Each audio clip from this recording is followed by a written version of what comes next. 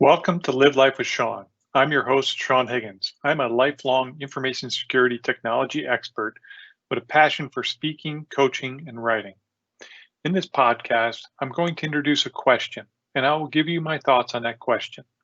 And I hope that the question and my thoughts will get you to think about your answers. At the end of each episode, I will offer you a tool that will help you work through what might be coming up for you. This show is recorded live, and you are invited to add your questions to the discussion. If I do not get to your questions during the show, I will do my best to answer them on my blog or on a future show. If you enjoy this content, please share it, subscribe to it, like it, comment, and/or question about it, as this will help others find this podcast. Thank you for joining me. Let's get started tonight. Tonight I want to introduce a question of what stories are you telling yourself? Just think about it for a moment, and a couple will probably rush right in.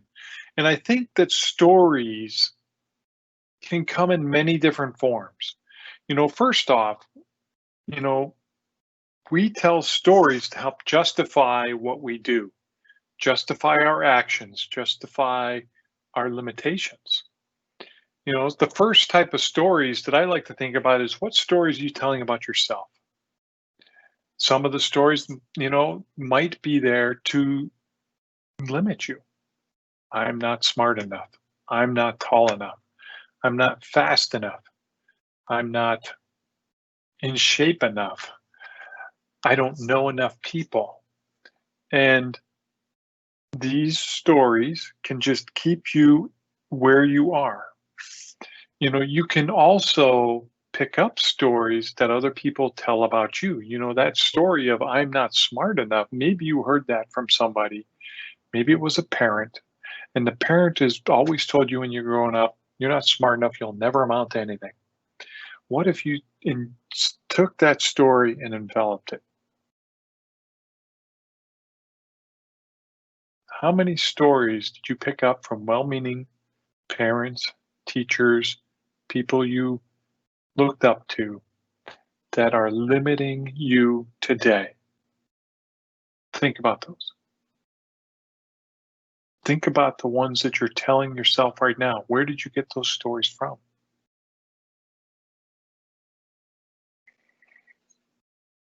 I bet you can think of two or three.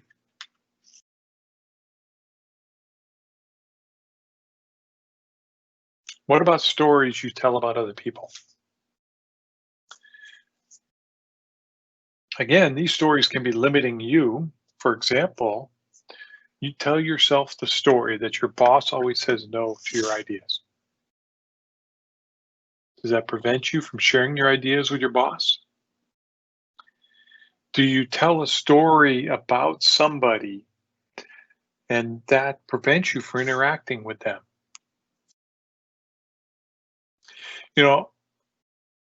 I'll tell you a story in this frame of telling yourself stories. Early on in my career, I was working at General Electric, and I remember this technician that worked there.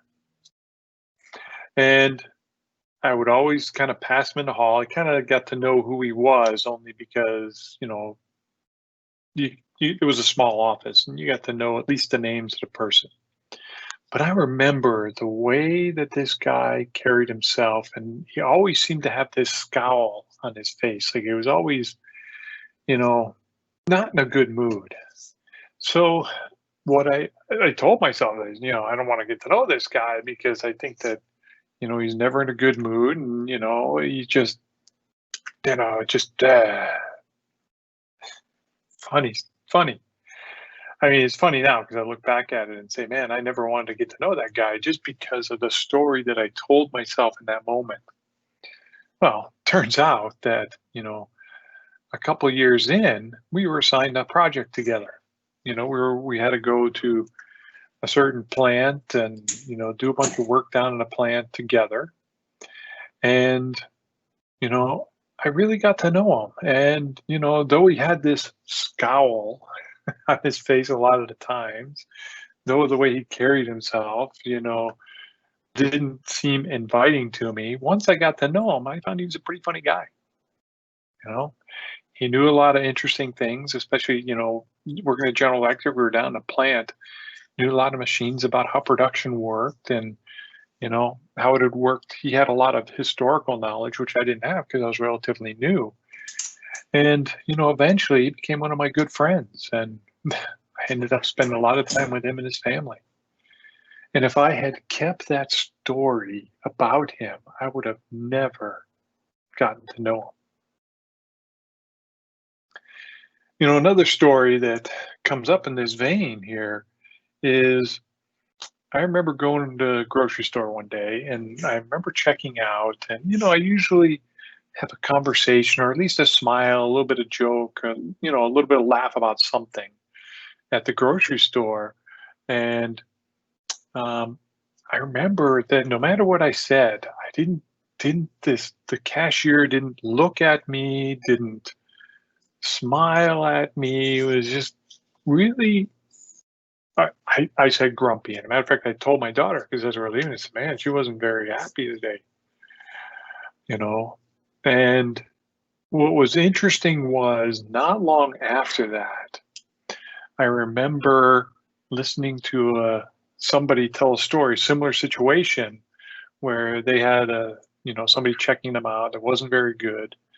And they went out of their way to go tell the manager that, hey, this person's very, not very kind to me. You should do something about it. And that person said, you never know what is going on in that person's life. Think about that for a moment. Okay. The person serving you is not very nice to you. Okay. Think about why that person might not be nice to you. Okay. Yeah. They could be somebody that just doesn't treat people well. Okay. But really think about it for a moment. What could be going on in that person's life that is not allowing him or her to be nice to you? What if they just lost somebody in their family? And what if they couldn't afford not to work? So they had to come in even though they're hurting. What if somebody is not treating them well? What if they just broke up with their boyfriend or girlfriend?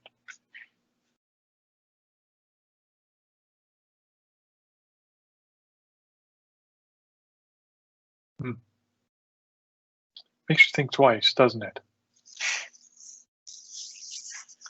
Another type of story that you can tell is about a group of people, people of color, people of a different race, people of a different people of a different sexual orientation, people of a different sex than you, like women, for me, for telling stories about women.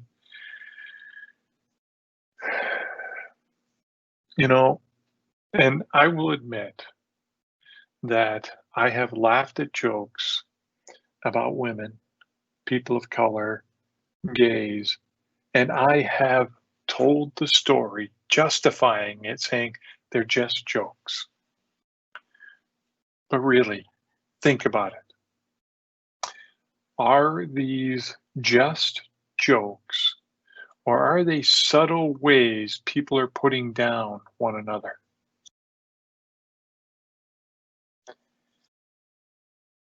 Am I telling a joke about a woman because I want to belittle her?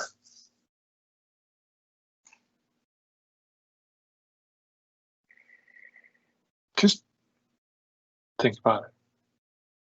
Okay. Did I laugh at a joke about somebody of color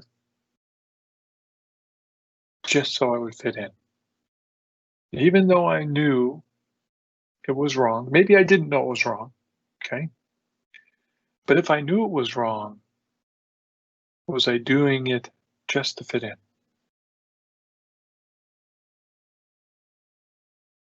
Is it right? Is it wrong? I don't know. You tell me.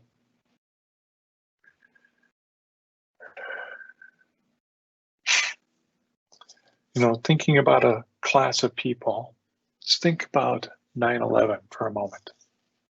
9/11, a horrific thing that happened in the US, perpetrated by some people who were Muslim. And now think about it for a moment.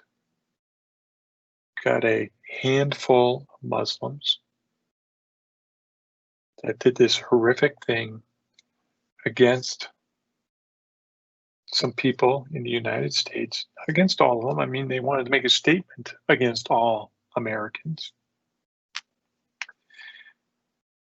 That next morning, when you got up, how did you feel about Muslims? Did you start treating them differently? Did you have any friends that were Muslim? And then did you start treating them differently because of a handful of them?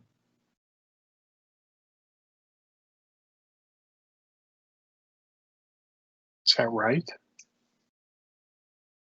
Yeah, there's probably a few bad apples, and no matter what group you want to call, women, men, gays, lesbians, people of color, Muslims, Hindus, I don't know, you can go through any, fill in the blank there. There's probably a few bad apples in all of them. Okay? Just because there are a few bad apples, do you throw the whole bushel out?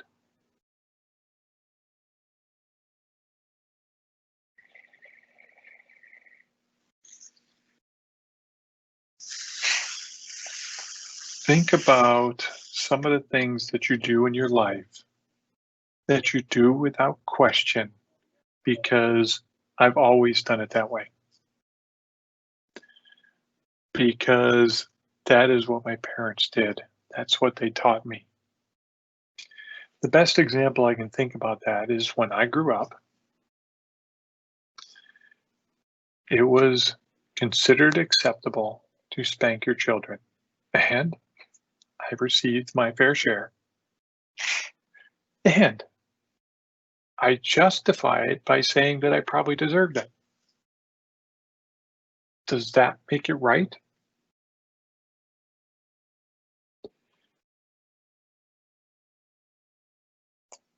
If spanking is accepted as normal, which it was when I grew up, it's accepted. People believe that's how you discipline your kids.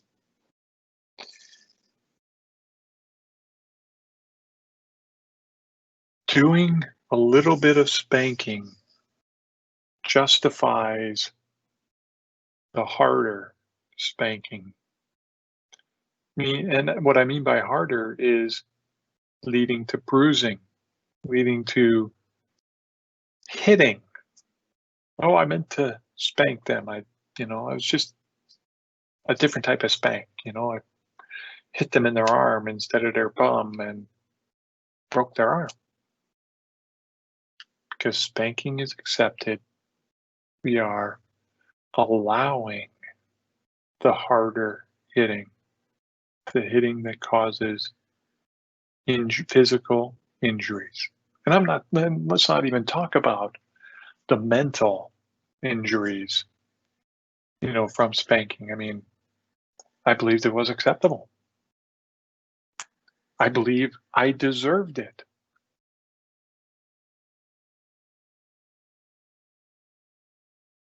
Thankfully,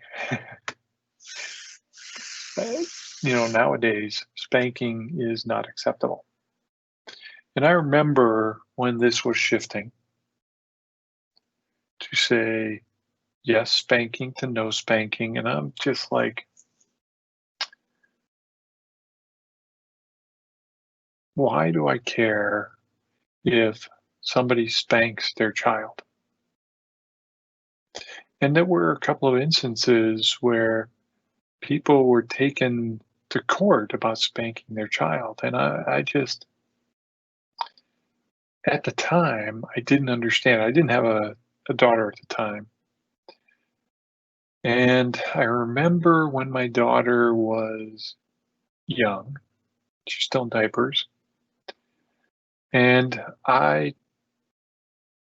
at that time, I felt, okay, let's try this non-spanking thing. Okay. Let me see if I can do it without spanking. Spanking's not really accepted, and we'll just go with that for now. And I do remember one day becoming furious with my daughter, and I spanked her. She was in diapers, so she had a little bit of padding down there. But I remember the wail that she had. And, it's not that I hit her hard enough to make her cry from the pain. I think it was more the shock that I did it. And I'd like to say that I just felt like crap. That I had to stoop to physical actions against my daughter.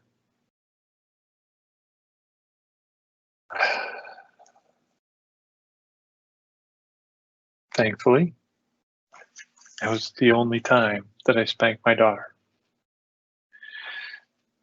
But think about that. At one time, spanking was normal. Spanking was accepted. That was normal. I told myself the story. I deserved some of the spanking because I disobeyed what my parents had said.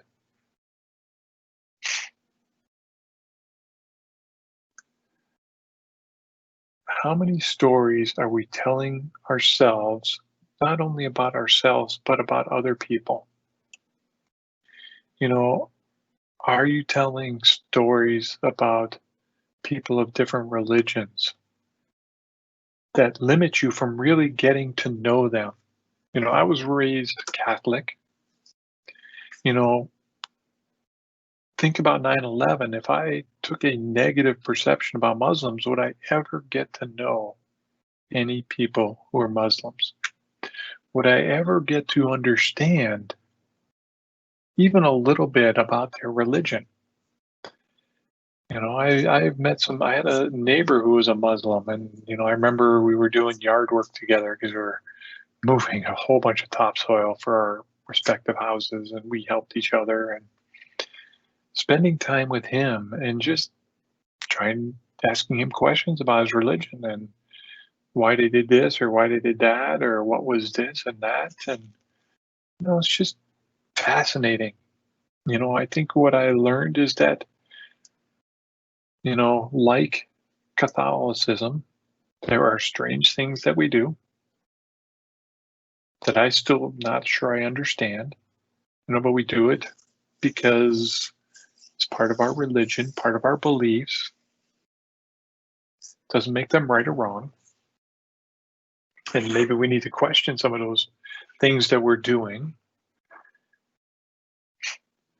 But at the base of both of the religions, from what I see, it's about love. It's about loving one another. And it's, to say that my path to love is better than his path to love, who really knows?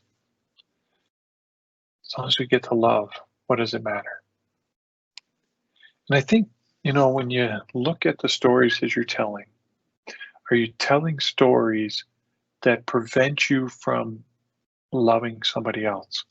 Are you telling a story about this group of people so that you have an excuse for not loving them?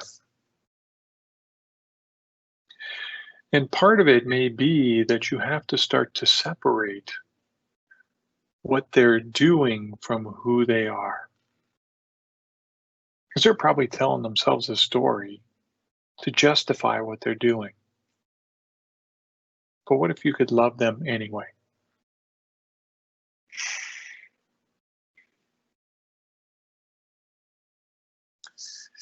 And I know I've struggled with that at times, because there are people in the world, and I'll admit that I'm not a fan of the current president of the United States. I don't think he's a very nice person, but I've also had to try and separate what he says and does from him as the person. And it's taken me a while, but I've also tried to love the person because all people deserve to be loved. Okay?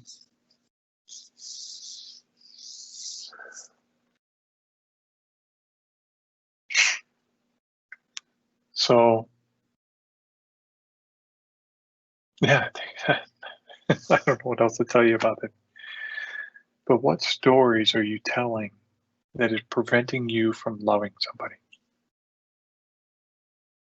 And again, we're not talking about loving their actions. We're talking about loving the person that they are or the person that they could be. What stories are you telling yourself to prevent you from loving yourself? Are you telling yourself that you're not smart enough? And because you're not smart enough, I can't love myself.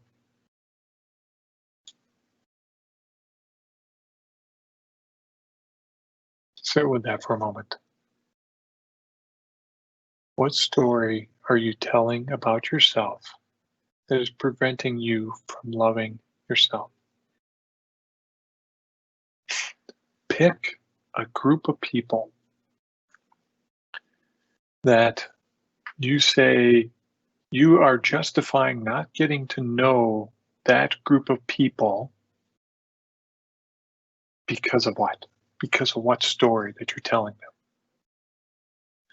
What group of people are you putting down, limiting through your stories so that you don't have to love them? You don't have to get to know them. You don't have to get to know their problems.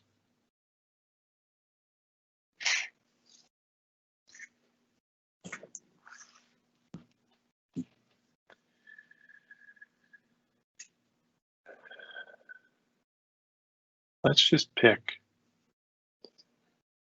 one of your stories, whether it's about you, whether it's about somebody, some individual person, or about some group of people. Just pick a story and sit with that story for a moment. Start by taking a deep breath in. Let it out. Take a deep breath in. And as you let this one out, gently close your eyes. And as you close your eyes, just continue to breathe.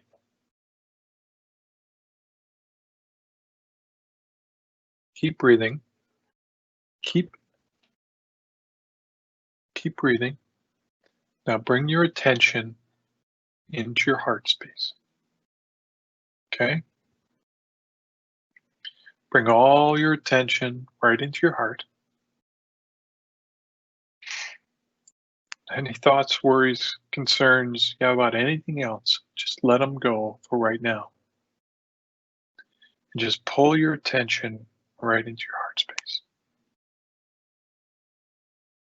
Okay?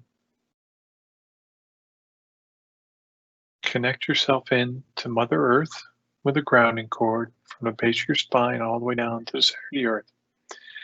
And feel that gentle pull. Gentle pull to help keep you in your heart space, help keep you there. And now, think about that story that you had before we started this little journey. And I'd like you to feel, where do you feel that story in your body? It could be right there in your heart. Okay, you could feel a tightness in around your heart because of this story. It could be in your sacral chakra, which is just below your belly button. Could be in your solar plexus. Okay, it could be in your shoulder. Just breathe for a moment and feel into that story that you're telling yourself, whether it's about you, some individual person, or some group of people. Feel where that is. Okay? Now I'd like you to look at that area, like you're doing an x-ray of that area, and notice, is there a connection to your past?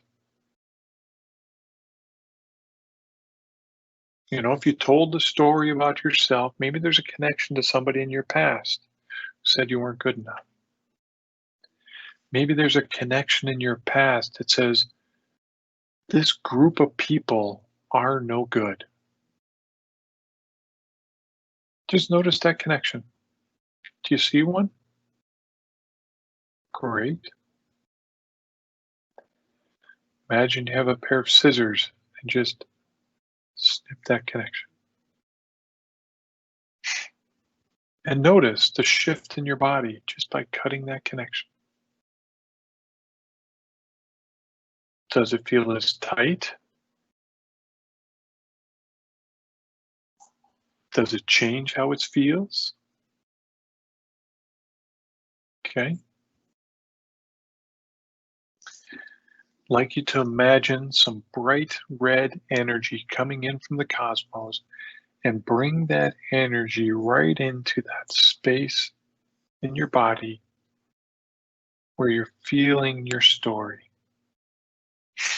And let this energy supercharge that area, help you clean it up, help you release any stuckness in there. Let it wash it out and clean it out and let the excess, let that all the residue go down your grounding cord. Good job.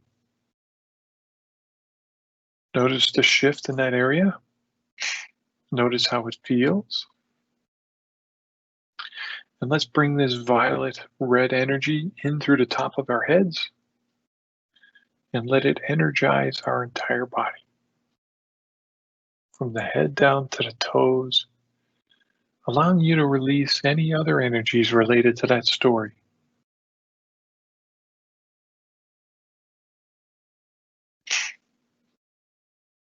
Letting the excess go down your grounding cord. Breathe. Keep breathing.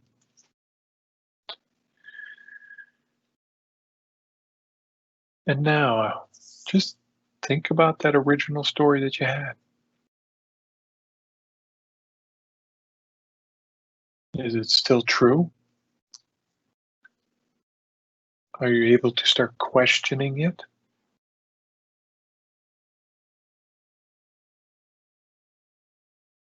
Just feel into it. Keep breathing. Keep bringing this bright red energy in through the top of your head. Keep bringing it in. Allow it to release that energy in your space. Take a deep breath in. Let it out.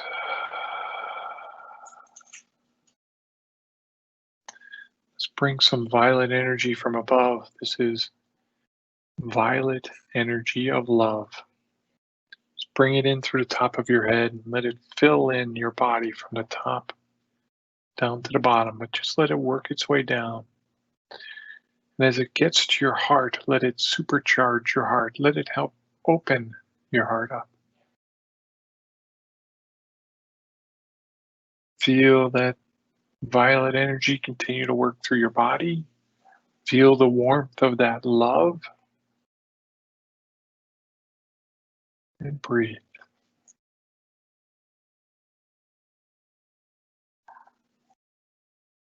Now, how do you feel about your story?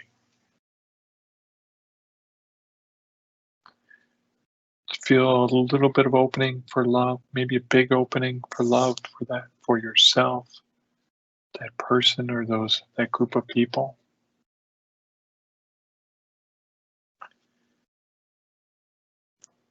Take a deep breath in. Let it out. Take a deep breath in. And as you let it out, gently open your eyes.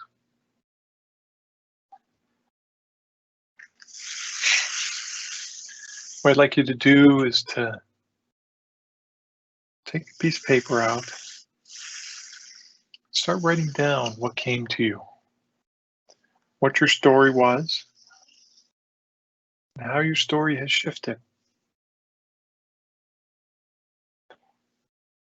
Are you able to send even a little bit of love to yourself, that person or group of people?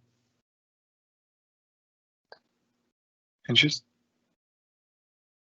write down what it feels like. And over the next few days, keep questioning your stories, questioning what you've been doing. Be willing enough to stand up and say, that's not right. One step at a time. Thank you for joining me on Live Life with Sean. If you would like to book a free coaching session with me, please find the Connect with Sean page on my website at seanchiggins.com. If you enjoyed this show, please share it. Subscribe to it, like it, leave a comment or question, as this will help others find this podcast. Until next time, have a wonderful week.